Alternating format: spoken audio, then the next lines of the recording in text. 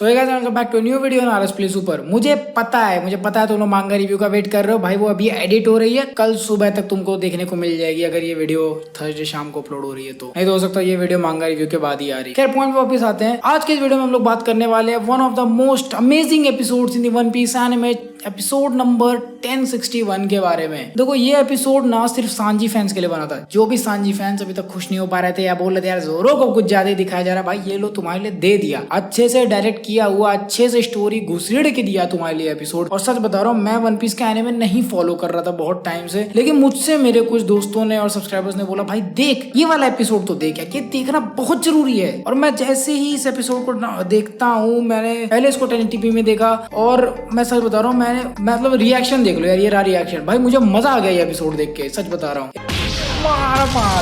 भाई। उससे इसके बाद मैंने इस एपिसोड को वापस से 2K में देखा ताकि मैं ये वाली रिव्यू बना पाऊँ। और मैं बहुत खुश हूँ कि मैं ये रिव्यू बनाने के लिए उसको वापस देखा, क्योंकि ये एपिसोड सच में बहुत अच्छा था, जिसको एक बार देखने की वजह से आप कई सारी चीजें मिस कर जाओगे जो कि मैं इस वीडियो में बताने वाला हूँ। ठीक है, बहुत मजा आने वाला है, तो वीडियो का अंत जरूर देखना। और आगे सब बिना टाइम वेस्ट किए फटाफट वीडियो को शुरू करते हैं। रिंकू भाई इंट्रो लगा दो। रिंकू मेरे छोटे भाई का नाम। अगर फोन में कुछ नोट्स भी बना रखे हैं ताकि अच्छे से एक्सप्लेन कर पाऊँ। क्या टॉपिक पे आते हैं।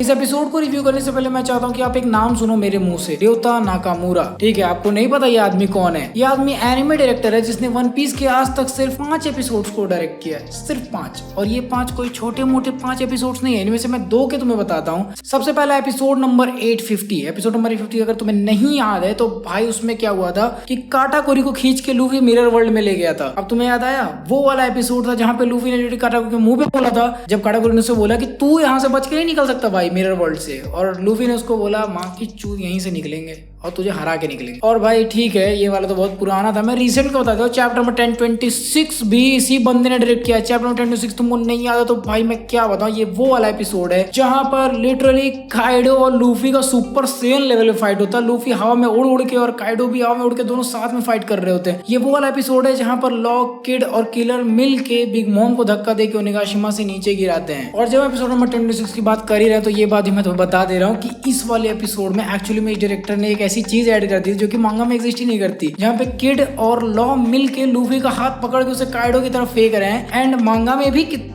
लूफी इस पॉइंट पे पंच करता है, बट उसका पंच एक्चुअली में काइडो डॉज करता है, बट इस वाले में पंच काइडो को लगता है बिफोर वो राग्नारॉक मूव उसके ऊपर यूज करता है। तो भाई एपिसोड तुम दोबारा देख लो 1026, थोड़ा समझ में आ जाएगा। नहीं हो तो चैप्टर रिव्यू देख लो मेरा, मैंने शायद बनाया, मुझे याद नहीं है कौन सा, मैं स्क्रीन पे लिख दे रहा हूँ। बट हाँ भाई ये दोनों एपिसोड्स बहुत ही भयंकर इस बंदे ने बनाए थे, और ये वाला लेटेस्ट है जो इस बंदे ने डायरेक्ट किया है। और आई थिंक अगर तुमने अभी तक देखा है ये एपिसोड तो तुम्हें पता चल गया होगा किस लेवल पे इस बंदे ने डायरेक्शन दी है। सांजी कई सारे बैक स्टोरीज के सीन डाले हुए, कई सारे एक्स्ट्रा डायलॉग्स इस बंदे ने ऐड किए हुए जो कि सुन के मजा आ रहा था। लिटरली ऐसा फील हो रहा था कि ठीक है Sanji is growing up like a character, not some other One Piece character. और उसी के बारे में आपको धीरे धीरे बताता हूँ, रुको नोट करके रखे पॉइंट्स मैंने बहुत अच्छे अच्छे। देखो सबसे पहले बात, एनिमे ने वो चीज दिखाई है जो कि बहुत टाइम से देखना चाह रहा था, that was hand to hand combat. कुछ समय पहले मतलब एपिसोड नंबर 1026 वगैरह में देखा था, बट मैंने एपिसोड्स को ड्रॉप करके रखा था, मैं एनिमे नहीं देख रहा था। तो काफी टाइम बाद मुझे इतना अच्छा हैंड टू हैंड कॉम्बैट देखने को मिला। लास्ट टाइम आई थिंक काटाकोरी वगैरह से फाइट हुई थी इन लोग की, उतना कुछ खास नहीं था उसमें। एंड ऑब्वियसली वन पीस अपनी पेसिंग स्लो करने के लिए ताकि वो मांगा से कैचअप ना हो जाए, कई सारे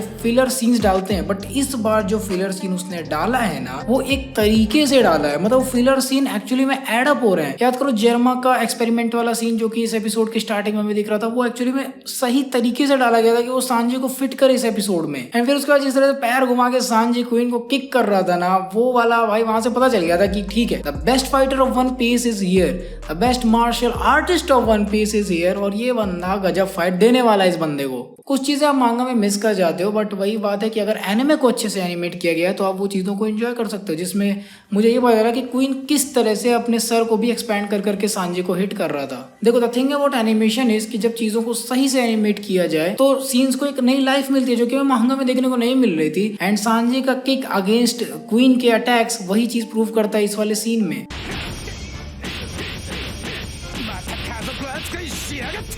और इस एपिसोड का म्यूजिक, जिसके मामले में मानता हूँ कि इवन सुजुमे नो तोजीमारी भी नहीं स्टैंड कर पा रही थी, इस एक सिंगल एपिसोड का जो म्यूजिक है वो सही से लगा हुआ है, जो कि सांजी के स्टोरी को एक्चुअली में वेट दे रहा था।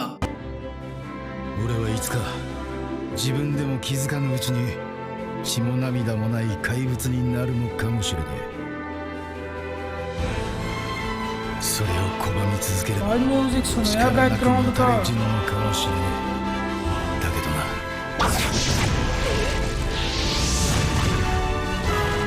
今の俺はただお前を और ये सीन कोई ऐसा वैसा सीन नहीं था, ये एक्चुअली में एक माइंड ब्लोइंग सीन था जो कि लोग आगे चल के याद रखेंगे। ये वो सीन है जहाँ पे क्वीन बोलता है कि तू तो जेरमा का है, तू अगर जेरमा को नहीं एक्सेप्ट करेगा तो तू है क्या आखिर। इस पे सांजी बोलता है कि ठीक है, अगर मैं अपने जेरमा पर्सनैलिटी ट्रेट्स को नहीं एक्सेप्ट करता हूँ, अगर मैं अपने जेरमा के कैरेक्टर्स को नहीं एक्सेप्ट करता हूँ तो हो सकता हूँ मैं आगे चल के कुत्ते की मौत मरूं, लेकिन अभी इस वक्त क्वीन मेरा सबसे पहला गोल है ना कि पहले तुझे यहाँ से खत्म करूँ ओनिगाशिमा पर से। और ये सीन भाई दिखा रहा है यार किस तरह से सांजी ग्रो हो रहा है एज ए कैरेक्टर, किस तरह से वो उस जेरमा को एक्सेप्ट ना करके भी खुद को पावरफुल दिखा रहा है। इस पूरे सीन में एक और काफी इंपॉर्टेंट सा प्लॉट था जो कि इस समय बैकग्राउंड में है। एक्चुअली में मांगा में भी इसको इतने अच्छे से नहीं दिखाया गया था, जहाँ पे क्वीन ने ओसोमे वो जो एक गेशा वहां पर है उस लड़की के ऊपर अटैक किया था। और ये चीज मांगा में पूरी तरह से स्किप कर दिया गया था। मांगा में बस बाद में टेक्स्ट में थोड़ा सा बता दिया गया था कि क्वीन ने ही अटैक किया है, बट एनिमे में इस चीज को अच्छे से दिखाया गया एनिमेट करके कि किस तरह से क्वीन ने अपनी भड़ास उस लड़की के ऊपर निकाली।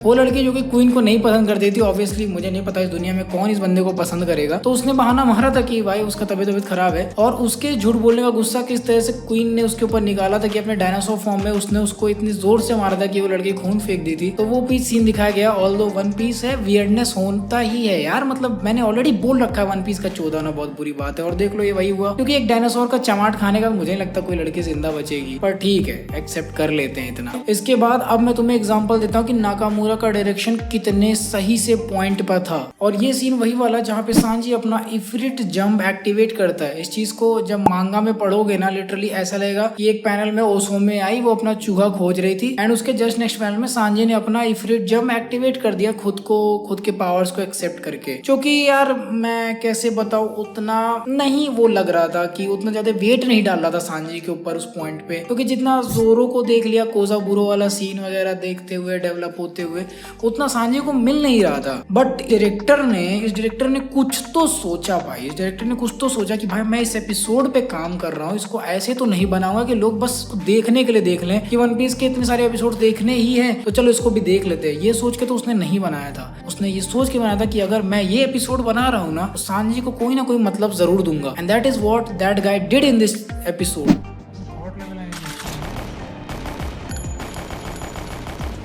डायरेक्शन यार इस एनिमे को कैसे डायरेक्ट किया गया इस एपिसोड को।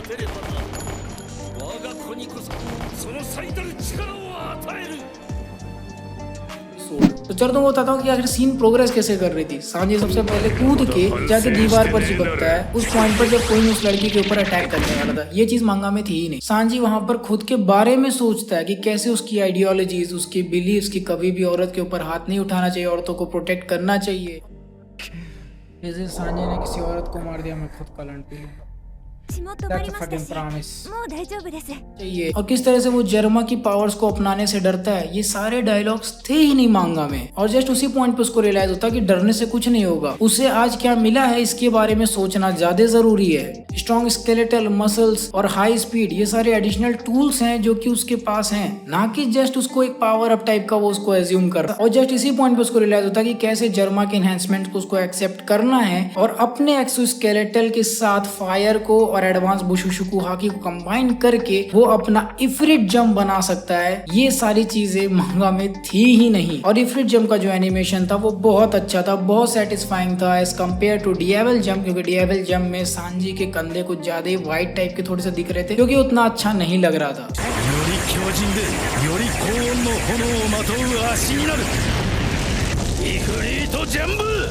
एंड इसके बाद भी सांजी के डायलॉग्स नहीं खत्म हुए। इतने समय तक तो मांगा में सांजी ने अटैक करके क्वीन को फेक भी दिया था, उसके बारे में भी थोड़ी देर में बात करता हूँ मैं, फेका किस तरह से। इसके बाद सांजी एक ऐसी लाइन बोलता है जो कि सच में क्वीन को बहुत ऑफेंडिंग लगेगी। उसने लिटरली क्वीन के मुंह पे बोला कि भाई सुन, औरतों के ऊपर हाथ ना उठाना डायनासोर के जमाने का रूल है, तुझे ये बात नहीं पता। अब देखो भाई, तुम्हें दिख रहा है कि कैसे नाकामुरा ने ऑन पॉइंट डायरेक्शन रखा हुआ है यहाँ पूरे एपिसोड में। और भाई ये डायलॉग ऐसा लग रहा था कि देसी खाने के साथ भाई दही मिल गई और खाने को। और सांजी फैन सच में इस सीन के लिए बहुत प्राउड होंगे।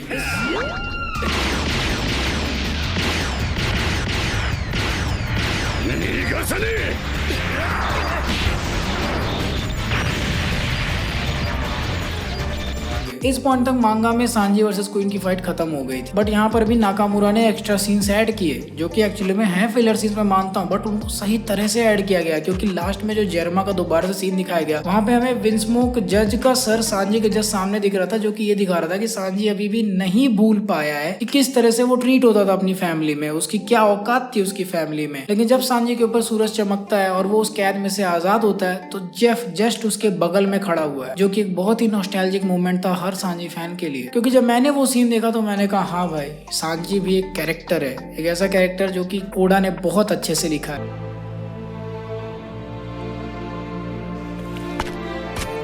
भाई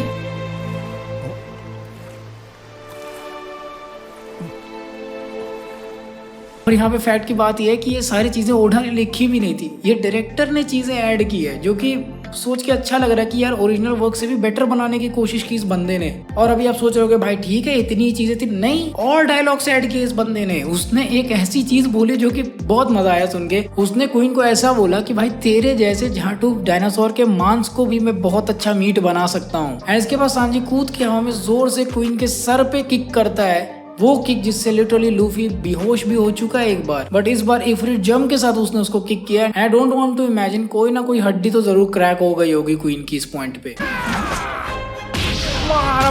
तो भाई उससे लूफी बेहोश हो गया था, बहन चो तू क्या है, डायनासोर की चमड़ी बचा रही है। एंड इसके बाद भी ब्लैक लेग के मूव्स कम नहीं होते हैं, वो लगातार उसे किक करता रहता है। बहुत ही गजब एनिमेशन है उस पॉइंट पे। अब एनिमेशन को तो मैं एक्सप्लेन नहीं कर सकता, बट जिस तरह से सांजी इधर उधर मूव करके और क्वीन जिस तरह से डिफॉर्म होते हुए थ्रू आउट द एनिमेशन दिख रहा था, वो बहुत अच्छा लग रहा था। एंड लास्ट में जब क्वीन को उसने किक किया ना, तो मांगा में क्या हुआ था कि किक करते ही वो ऐसे छट फाड़ के निकल गया था, बट यहाँ पर भाई वो पता नहीं कितने दरवाजे तोड़ते हुए निकल के जाके गिर रहा, जो कि ये दिखा रहा है कि हाँ भाई सांजी ने किक मारा है, सांजी स्ट्रॉन्ग कैरेक्टर है, उसने किक मारा है और लगी है, बहुत दूर जाके वो बंदा गिर रहा है।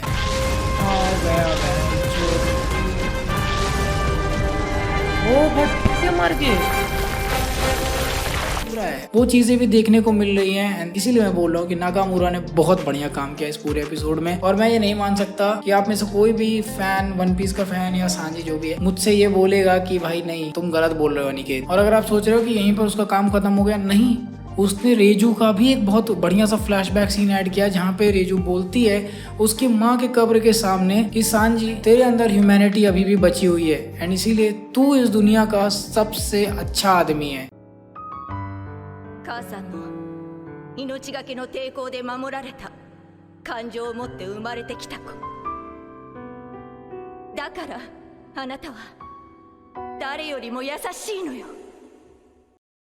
एंड मेरा थोड़ा बहुत गैस है कि आखिर नाकामुरा ने ये सीन क्यों डाला है। आज तक सांजी एक ऐसा कैरेक्टर है जो कि अदर कैरेक्टर्स के लिए भी बिना किसी ऐसे गलत थॉट के भी उनकी हेल्प करता है। तो Sanji is really a kind person, और ये चीज हमें थ्रू आउट द एनिमे देखने को मिली है। एंड आई थिंक नाकामुरा भी सांजी का शायद फैन है, उसे सांजी का कैरेक्टर पसंद है और शायद इसीलिए उन्होंने इसको ऐड किया है। लास्ट में चूहा चूजी वाला सीन भी बढ़िया था। आप लोग को कैसा लगा वो चीज मुझे तुम लोग कमेंट में बताना। वो चूहा वाला सीन जहाँ पे सांजी को फ्लैशबैक में याद आता कि कैसे वो एक चूहे को बचपन में खाना खिलाता था, वो भी अच्छा था। ऑल्दो ये चीज भी मांगा में थी, बट ठीक है, मुझे बहुत पसंद आया ये एपिसोड। खैर ऐसी कई सारी चीजें थी इस एपिसोड में जो कि शायद मैंने मिस की है। आई थिंक एनिमेशन पार्ट में मैंने काफी कुछ छोड़ा हुआ है, मोस्टली मैंने डायलॉग पार्ट ही कवर किया है, क्योंकि डायलॉग ही डिफाइन करते हैं कि आखिर भाई कैरेक्टर है क्या। डायलॉग्स ही आप याद रखते हो most of the time, animation तो इंसान भूल भी जाता है। बट हाँ भाई, ये एपिसोड बहुत बढ़िया था, एनिमेशन वाइज भी, डायलॉग वाइज भी, और जितने भी नाकामुरा के एपिसोड्स थे आप जाके देख सकते हो। आई थिंक उसने मैं बता देता हूँ कौन कौन से एपिसोड्स हैं, नोट कर लो तुम लोग यार, ठीक है। एपिसोड नंबर 1013, 1026, 850 और 1061, ये सारे एपिसोड्स देखो और मुझे बताओ कि आखिर नाकामुरा की डायरेक्शन किस लेवल पर है। आप लोगों को कौन सी चीज अच्छी लगी इस पूरे एपिसोड की, मुझे कमेंट्स में जरूर बताओ। और ये वाली वीडियो तुम लोगों को कैसी लगी ये भी कमेंट में बताओ। पिछले वीडियो में किसी ने बोला था कि भाई चादर अच्छी लग रही है कमेंट करके, थैंक यू यार, तुमने मेरे अंदर के ना मिडिल क्लास आदमी को मतलब एक्सेप्ट करने में मजबूर कर दिया। थैंक यू भाई, मजा आ गया कमेंट पढ़ के। तो भाई चादर नहीं हटा रहा मैं, ठीक है। वीडियो कैसी लगी कमेंट्स में बताना। चैनल को सब्सक्राइब कर लो, टिंकू चैट को भी जाके सब्सक्राइब कर लो, वहाँ पे गेम वेम खेलेंगे अगर थोड़े सब्सक्राइबर्स पे बढ़ जाए तो लाइव स्ट्रीम करके। और मैं तुम लोगों से मिलूंगा अगले वीडियो में। आई थिंक फाइटिंग पाथ मुझे खेलना है लाइव स्ट्रीम इस वीक के एंड में, तो वो खेलेंगे। सो और मांगा रिव्यू की वीडियो तुमको कल सुबह तक मिल जाएगी। So guys until the next video, play on.